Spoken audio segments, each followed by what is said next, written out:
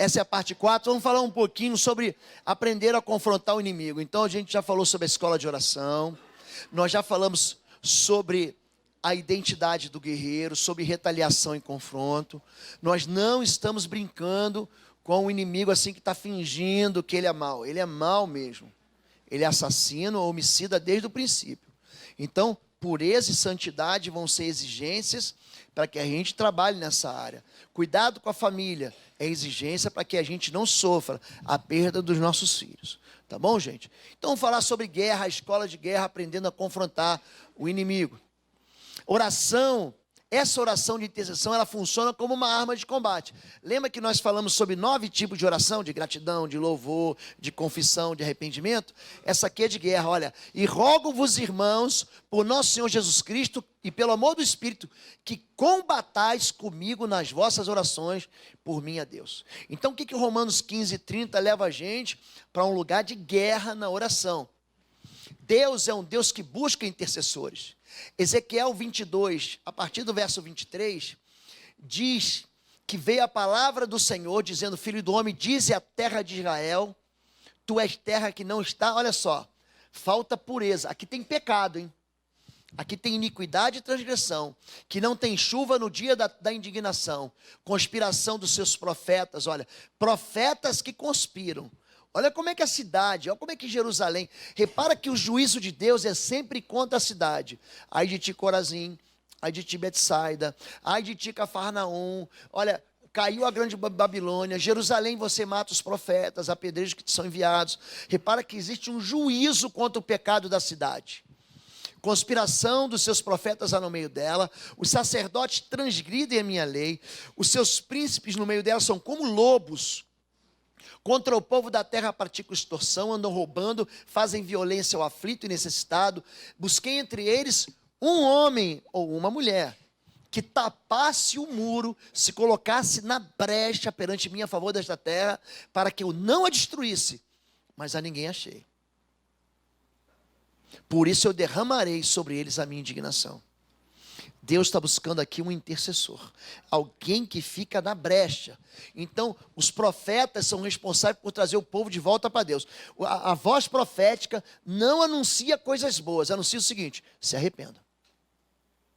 Então, quando falta gente que anuncia o pecado na igreja, ou como voz da igreja, a situação começa a ficar caótica aqui. Os sacerdotes que ensinam a verdade e o caminho para a adoração, não amam mais a palavra, desprezam a palavra de Deus. Os príncipes são os governadores, agem como lobos ferozes.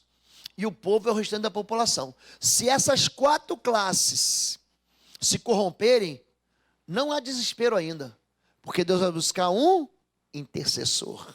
Deus ainda procurará um homem ou um intercessor para tapar o muro e colocar-se na brecha, para que ele possa poupar a nação inteira. Deus sempre avisa antes a quem? Não despreze seus sonhos. Você está acordado e alguém, olha, você tem um sonho e Deus faz você orar por alguém. Não despreze isso. Deus está falando com você. Em Números 12, Deus disse: quando eu falar com o profeta, eu vou falar através de sonhos e visões. Pastor, eu tive uma visão, eu tive um sonho. Então pega isso, seja sensível a isso. Não é para você ficar assustado, gente. Deus deu um sonho para quem? Para o faraó. Ele sonhou com 7 vacas gordas e 7 vacas magras que engoliam as vacas gordas. Ele sonhou com 7 espigas gordas e 7 espigas mirradas e elas engoliam as 7. Deus está avisando o quê? 7 anos de fome. Então, quando Deus dá uma visão para você, é que Ele está dizendo o seguinte: eu sei que você está na brecha. Eu sei que você está disponível. Eu sei que você está disposto. Então, pegue isso. Teve um sonho ruim? Coloca a mão do Senhor sobre esse sonho. Diga: em nome de Jesus, eu submeto esse sonho à mão do Senhor. Eu peço o livramento do Senhor. Eu clamo pela misericórdia do Senhor. Você sonhou com alguém morrendo, você sonhou com alguém sofrendo, você sonhou com uma tragédia. Pegue esse sonho, pegue essa visão e coloca nas mãos do Senhor e age. Agora não sai aí assustando todo mundo. E Deus está falando com você a respeito disso.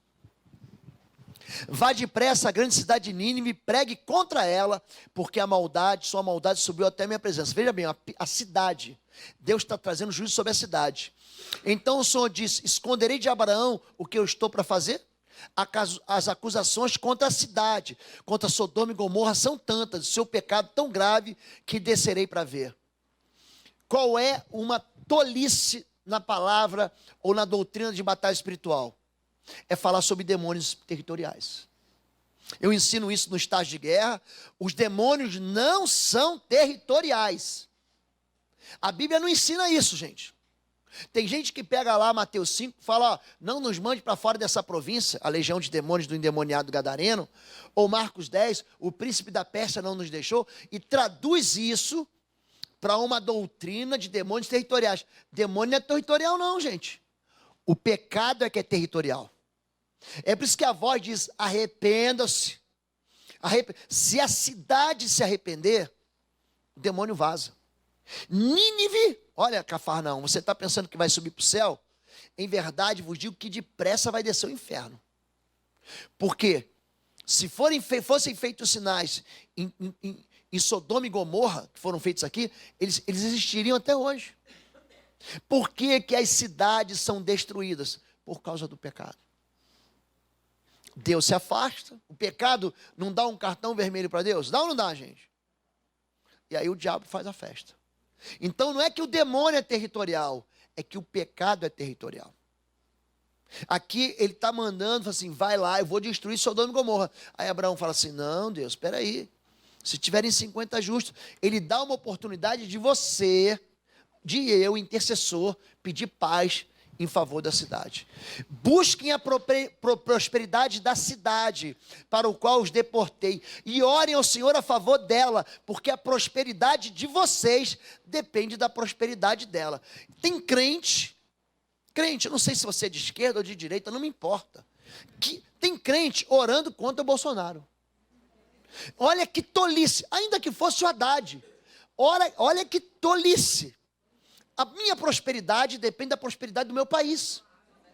E tem gente orando contra. Tem evangélico se misturando com gente ímpia. É deputado aqui do Paraná que eu conheço, que não vale um centavo contra um governo. Deus fala o seguinte: não amaldiçoa a Babilônia, não. A Babilônia, gente, é Babel. É morada de demônios. É assim que Apocalipse 16 fala, por causa do pecado dela. Ele fala: não amaldiçoe, abençoe. Ore pela prosperidade. Orem ao Senhor em favor dela. A tua prosperidade vai depender da prosperidade da tua cidade e do teu país.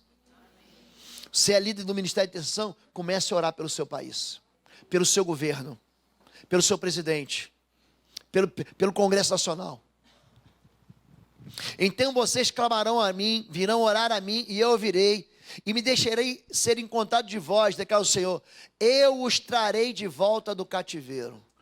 Deus busca intercessores, e alguns conceitos do sacerdote da intercessão têm que ser trazidos. O princípio da proteção. Quem fará alguma acusação contra os escolhidos de Deus? É Deus quem os justifica.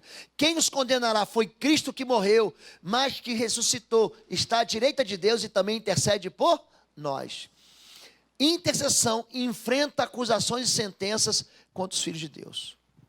Você é intercessor e tem alguém sendo julgado. Você sabe que o juízo está contra ele.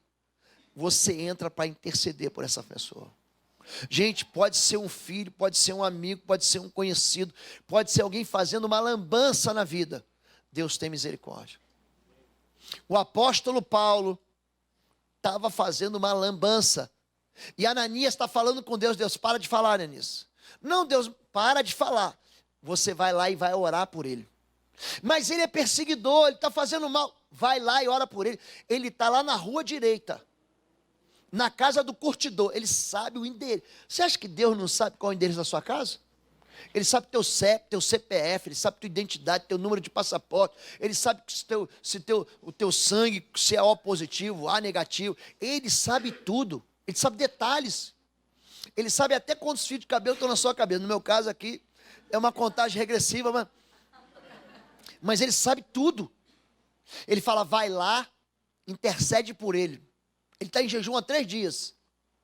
Gente, Deus levanta o intercessor Ananias. Quando ele coloca a mão na cabeça de Paulo, sai dos olhos dele como que escamas. Eu falei para vocês que tem um espírito imundo que manifesta como Exu 7 escamas. E igualzinho, o olho fica branco, azulado, quando manifesta. Ele bota a mão, cai e ele começa a ver.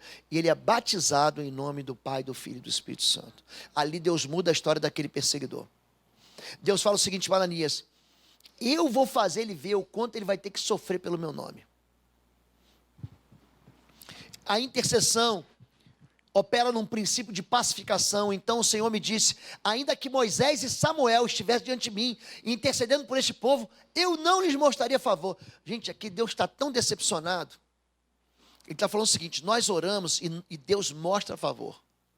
Mas esse povo se perdeu de tal maneira, que Deus falou assim, nem esses 2 intercessores, olha, Moisés e Samuel, é capaz de mudar o juízo contra o povo de Deus.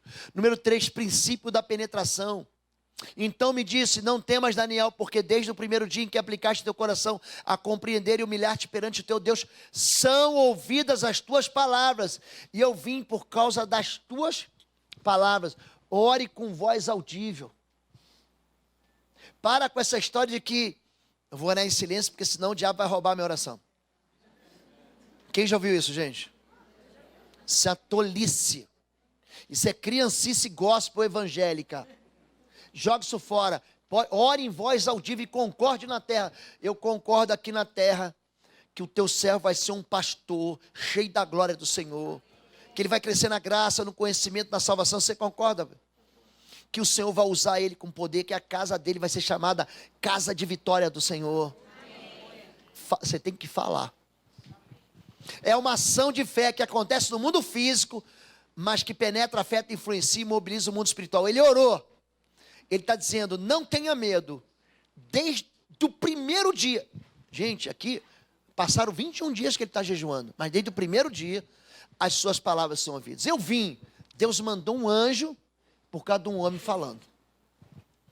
Número 4, o princípio de enfrentamento espiritual.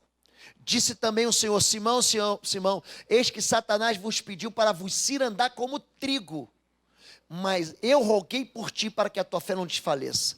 A intercessão colide violentamente com forças opostas de Satanás, através de batalha espiritual. Satanás veio pedir para Deus, eu vou cirandar, eu vou provar esse camarada aí. Sabe o que é cirandar como trigo? Alguém já viu como é que é uma ciranda? Você pega o trigo, joga ali, gente, só sai a semente, tira a casca, tira a palha, só fica a semente. O que ele queria? Ele queria espremer. Princípio da misericórdia. Agora, pois, deixa-me para que o meu furor se acenda contra ele e o consuma, e farei de ti uma grande nação. É Moisés, depois que Arão faz o bezerro de ouro. A intercessão coloca-se corajosamente entre o juízo e o pecado. Deus não pode negar-se a si mesmo. Deus, tem alguém enfermo, tem alguém... há uma sentença de morte. O médico diz, não tem mais jeito. A medicina vai até aqui. A partir daqui não tem mais jeito. O que o intercessor faz? Entra entre aquele que está recebendo a sentença e o juiz diz, Deus, tem misericórdia. Princípio da recompensa pessoal. Eu gosto dessa aqui, ó.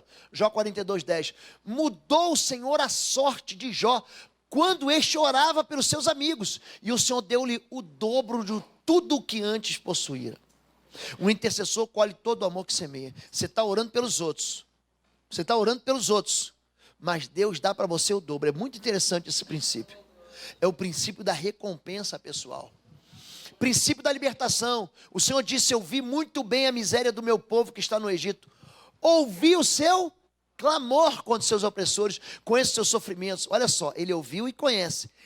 Por isso desci para libertá-lo do poder dos egípcios e fazê-lo subir dessa terra, para uma terra fértil e espaçosa, terra onde corre leite e mel. Chama atenção para as injustiças e convida o Senhor para reagir em defesa.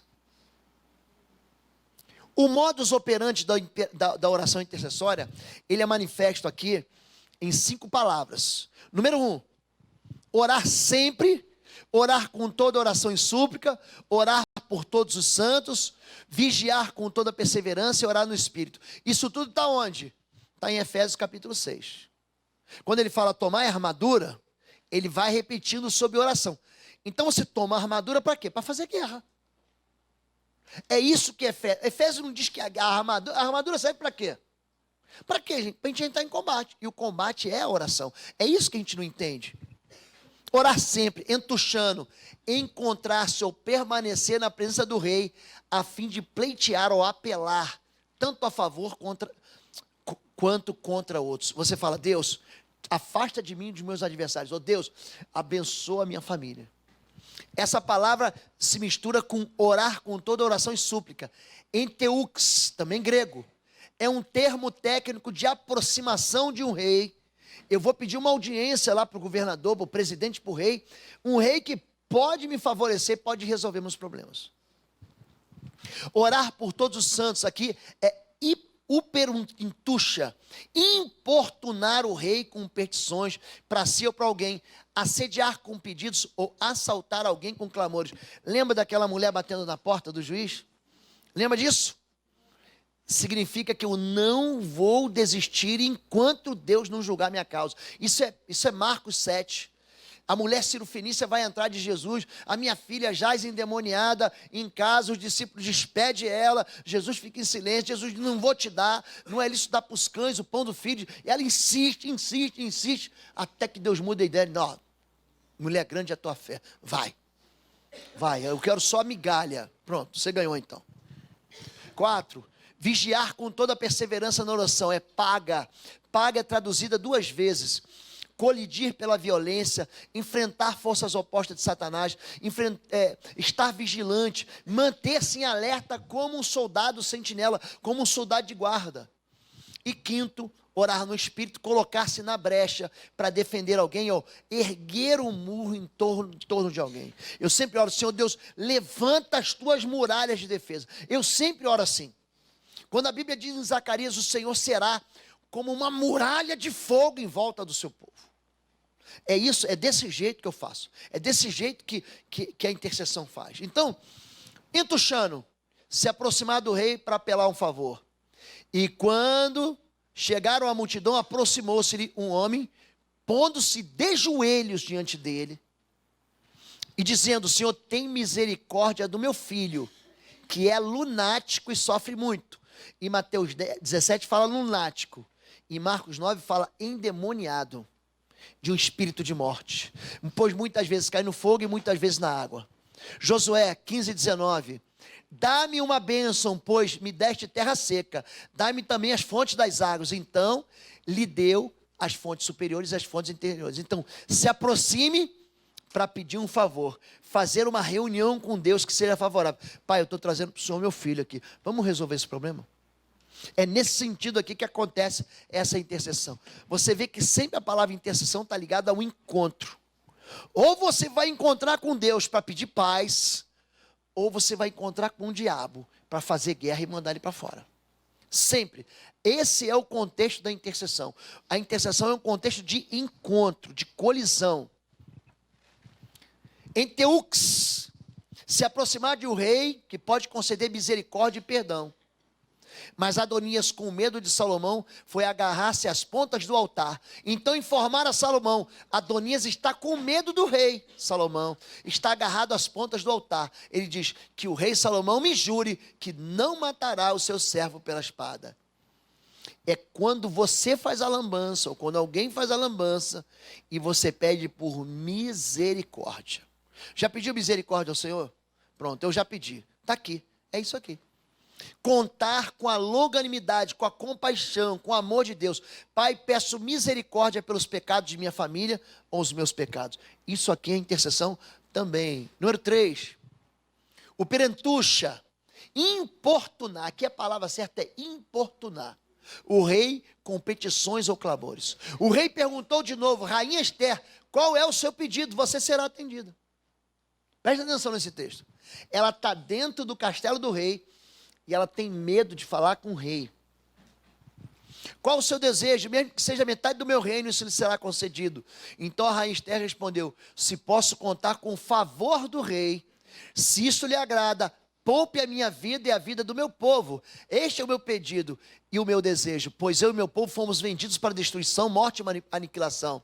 Se apenas tivéssemos sido vendidos como escravos e escravas, eu teria ficado em silêncio, porque nenhuma aflição como essa justificaria perturbar o rei.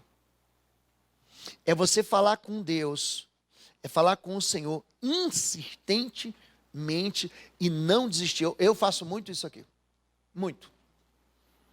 Eu sei que eu importuno, mas eu sei que meu Deus não se cansa de me ouvir. Fazer um clamor insistente com Deus: Pai, livra a minha vida e a do meu filho desse espírito de morte.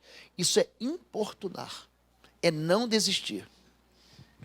Paga, operação de, aqui ó, paga, presta atenção nisso, operação de defesa. Aqui paga é uma operação de combate, mas para defender. A outra vocês vão ver que é uma oração de ataque.